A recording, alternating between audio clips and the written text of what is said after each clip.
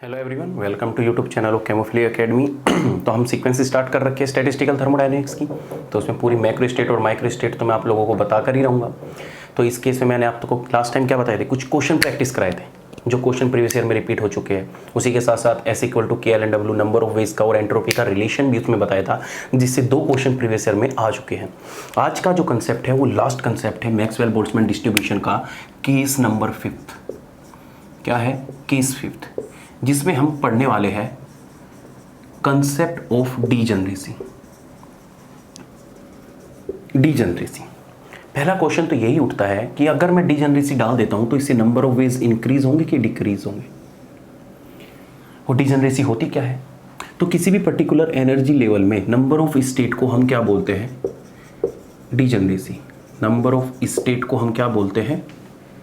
Number of state present in an energy level. जैसे suppose करो तुम्हारे पास ये एनर्जी लेवल थे E0, E1, E2। अब तक ये एनर्जी लेवल और स्टेट बिल्कुल सेम ही है, क्योंकि अब तक इनमें कोई भी स्प्लिटिंग नहीं हुई। लेकिन अगर E0 में मैं इस तरीके से नंबर ऑफ वेज बढ़ा दूं, ये क्या होगी? स्टेट हो गई। इसका मतलब क्या हो गया कि E0 में 3 स्टेट है। इसका मतलब इसकी डीजनरेसी कितनी हो गई? 3 हो गई। इस E1 लेवल में 2 स्टेट प्रेजेंट है सेम एनर्जी लेवल पे, तो मतलब पार्टिकल की पॉसिबिलिटी इसमें भी रहने की है और इसमें भी रहने की है। तो इसका मतलब ये हो गया कि total number of ways part degeneracy के आने से इंक्रीज हो गए। भाई हो गए कि नहीं हो गए? अब एक पार्टिकल था, ध्यान से सुनो, कि मैं इस पार्टिकल को इस E0 में भर रहा था पहले, डीजनरेसी से पहले, तो उसके पास एक ही तरीका था।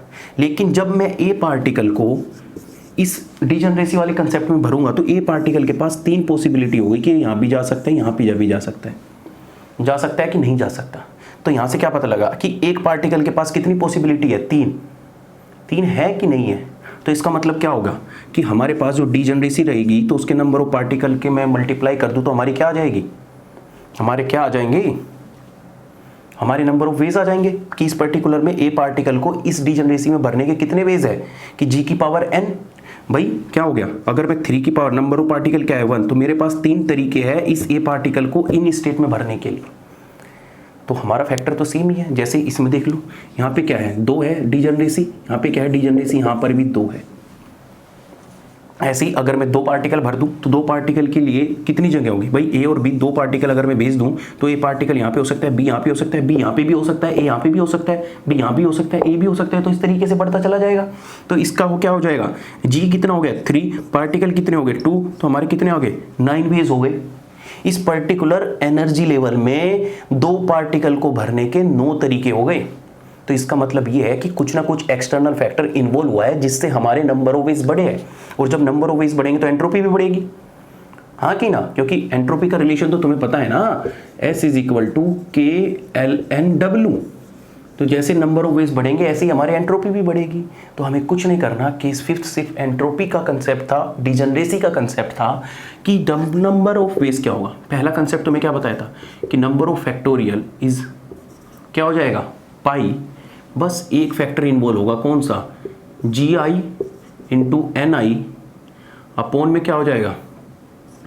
NI का फैक्टोरियल NI। सब क्या होगा? मल्टीप्लिकेशन में होगा। सिंपल सा। अगर इसको और खोल के रखूं, भाई ये फैक्टर तो पहले था ही हमारा, ये वाला इतना फैक्टर तो हमारा था ही पहले, ये वाला ऑक्यूपेंसी नंबर का।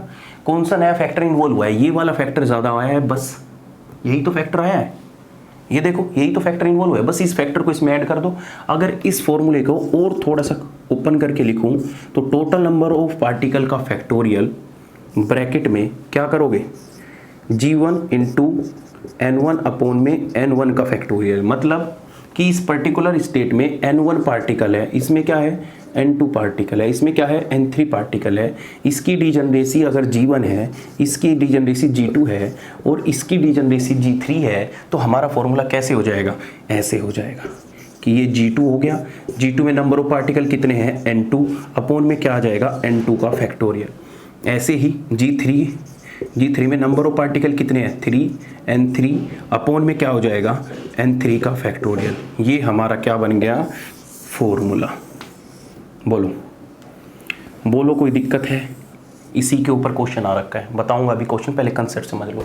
तो जब कभी भी तुम्हारा डीजेनरेसी फैक्टर इन्वॉल्व हो जाएगा, मैक्सवेल बोल्ट्जमैन डिस्ट्रीब्यूशन की, पार्टिकल डिस्टिंग्विशिबल ही है, ये चीज़ बतानी ना पड़े बार बार, तो हमारा क्या आ गया, ये फॉर्मूला निकल के आ गया।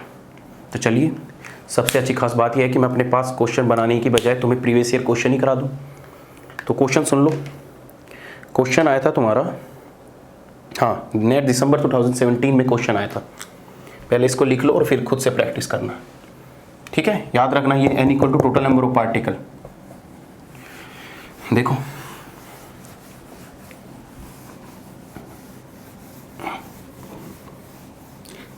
क्वेश्चन क्या है कि 4 डिस्टिंग्विशिबल पार्टिकल दे रखे हैं। n equal to 4 distinguishable molecule are distributed in energy level E1 and E2 with degeneracy 2 and 3 respectively. Number of microstate with 3 molecule in E1 and 1 molecule in E2. समझ में नहीं आया होगा, फिर से सुन लो। क्या दे रखे हैं कि टोटल नंबर ऑफ पार्टिकल उसने दे रखे हैं 4 डिस्टिंग्विशिबल पार्टिकल है, कोई प्रॉब्लम नहीं है, डिस्टिंग्विशिबल पार्टिकल है, are distributed in energy level E1 and E2। 2 energy level में बटे हुए हैं, एक E1 है और एक E2 है। और इसने जो इनकी डिजेनरेसी बोल रखी है, जो इसकी G1 है, G1 इक्वल टू 2 बोल रखा है, और जो G2 इक्वल टू उसने क्या बोल रखी है, 3 बोल रखी है। पूछा है टोटल नंबर ऑफ माइक्रोस्टेट क्या होगी अगर 3 मॉलिक्यूल हमारे E1 में हो, 3 मॉलिक्यूल हमारे E1 में हो और एक हमारा यहाँ पे हो। तो सिंपल सी बात है, उसने ऑक्यूपेंसी हर चीज़ तुमको दे रखी है और नंबर ऑफ वेज पूछे, तो इसके लिए बताना पड़ेगा। डीजेनरेसी दे रखी है, पार्टिकल भी दे रखे हैं, तो सिंपल सा क्या फॉर्मूला लगा दोगे, देखो W इज इक्वल टू क्या होगा, number of particle, total number of particle multiply क्या करोगे, G1 का नंबर ऑफ 1 अपॉन में N1 इंटू क्या कर दोगे, G2, यहाँ पे क्या आएगा N2 अपॉन में N2 का फैक्टोरियल। तो देखो ये क्या होगा, फॉर्मूला होगा किसके लिए, इस क्वेश्चन के लिए ये फॉर्मूला यूज करना है तुम्हें। अब तुम्हें फॉर्मूला पता लग गया, अब बस वैल्यू पुट कर दो, वैल्यू पुट करके देखो तुम्हारा आंसर कैसे आएगा। तो W equal to total number of particle कितने दे रखे हैं 4, तो यहाँ पे कितना आ जाएगा 4 का फैक्टोरियल इनटू G1 कितना दे रखा है 2 और नंबर ऑफ पार्टिकल कितने हैं 3 अपॉन में कितना आ जाएगा 3 फैक्टोरियल मल्टीप्लाई G2 कितना दे रखा है तुम्हें 3, लो नंबर ऑफ पार्टिकल कितने हैं इसमें 1 अपॉन में N2 कितना आ जाएगा 1 का, हो गया।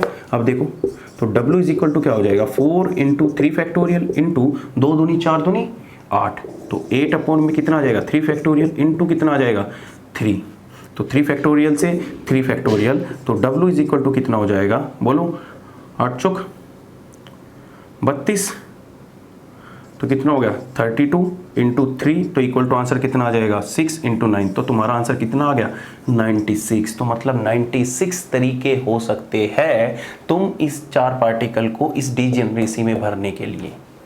समझे कितने ज़्यादा डीजेनरेसी आते ही कितने नंबर ऑफ वेज एकदम से इंक्रीज हो जाते हैं। अगर तुमसे अब पूछ ले कि एंट्रोपी क्या होगी, तो कुछ नहीं करना, एंट्रोपी इज इक्वल टू हो जाएगा SKLN 96, बस सिंपल है। तो KB इक्वल टू तुम्हें ये भी पता है कि KB इक्वल टू क्या होता है R/NA, तो तुम इस तरीके से यहाँ पे 8.314 करके वैल्यू भी निकाल सकते हो। तो बहुत तरीके हैं। तो अप्रोक्स इतने सारे क्वेश्चन मैं तुम्हें बता चुका हूँ। ये था मैक्सवेल डिस्ट्रीब्यूशन का एंड, जिसमें मैंने 5 केस डिवाइड किए थे, हर किसी केस के लिए क्वेश्चन बताए थे और क्वेश्चन तुम्हें डिस्कस भी किए थे।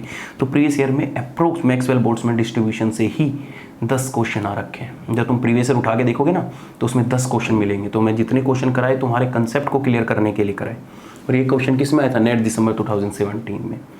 तो नेक्स्ट वीडियो में मिलेंगे जिसमें मैं तुम्हें बोसोन का बताऊंगा कि बोसोन में नंबर ऑफ पार्टिकल कैसे फिल करोगे, अगर उसमें डीजेनरेसी कंसेप्ट आ जाता है तो उसमें कैसे करोगे। तो नेक्स्ट वीडियो में मिलते हैं बोसोन की। तब तक वीडियो को देखते रहिए, लाइक कीजिए, कमेंट कीजिए और शेयर कीजिए जहाँ तक जितने बच्चों तक तुम पहुँचा सकते हो, जिससे तुम्हें भी पढ़ने में कोई प्रॉब्लम ना हो, तुम्हारे साथियों को भी चीज़ों को समझने में कोई प्रॉब्लम ना हो।